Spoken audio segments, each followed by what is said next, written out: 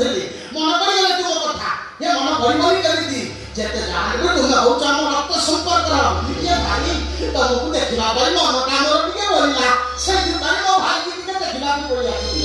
ଟିକେ କୁଣ୍ଡେଇକି ଖାନ୍ତି ଭାଉଜ ତମ ଭାଇଙ୍କର ଦେହଟା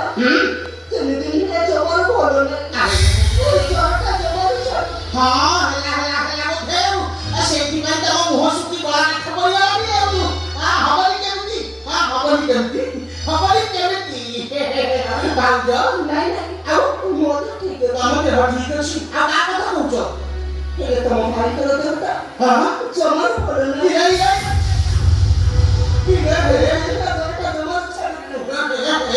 କଣ ଗଲାରେ ରହିବ ମୋ ଭାଇକି 3 ଦିନ ହେଲା ଜର ହେଲାଣି ଏଇଟା ମୋର ଦେହଟା କାଟି ଖଇ ଫୁଟୁଛି ଯେ ଭାଉଜ ତମେ ଜମା ମଣିଷ ହବନି ଭାଉଜ ତମେ ଜମା ମଣିଷ ହବନି ମୋ ଭାଇକି 3 ଦିନ ହେଲା ଜର ହେଲାଣି ଅଥଚ ମତେ ଟିକେ ଖବର ଦେଇ ଆସିଲେ ତାମାନେ 3 ଦିନ ହେଲା ତମେ ଉପାସରେ ଅଛ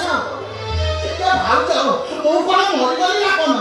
ଯେତେ ଯାହାହେଲେ ତମ ହଉଛ ମୋ ରକ୍ତ ସମ୍ପର୍କରେ ତମ ଭାଇଙ୍କର ସାନ ଭାଇ ମୁଁ ନାମ ମୋର ପିଠା କଣ୍ଡା ମୋତେ ଖବର ଦେଇଥିଲେ ମୁଁ କଣ ଡାଲି ଚାଉଳ ତେଲ ଲୁଣ ପରିବା ମୋ ଭାଗରେ ଯାହା ଥିଲା ମୁଁ କଣ ଦେଇ ଆସିନଥାନ୍ତି ମତେ କଣ ତମ ଏତେ ପର ଭାବିଲ ତେରିକା ଇଏ ଭାଇ ଭାଉଜ ରାଜାଙ୍କ ଘରୁ ଯାଇଥିଲି ରାଜା ମତେ ଦାନରେ କଣ ଦେଇଛନ୍ତି ଡାଲି ଚାଉଳ ତେଲ ଲୁଣ ପନିପରିବା ଏଥିରେ କଣ ଅଛି ନେଲା ଭାଉଜ ଆଗ ଶୀଘ୍ର ରୋଷେଇ କରି ମୋ ଭାଇକୁ ଟିକେ ଖାଇବାକୁ ଦବ ଖାଇବାକୁ ଦେଲେ ସିନା ଭାଇର ଜ୍ୱରଟା ଭଲ ହବ ନେଲ ଭାଉଜ ନିଅ କିଛି ଖରାପ ନାହିଁ ତମ ଭଲ ଭାଉଜ ଧର ମୁଁ ପରା ପିଠା ପଣା ତମ ଟିକି ଦିଅର କାଇଁ ଶୁଣିବା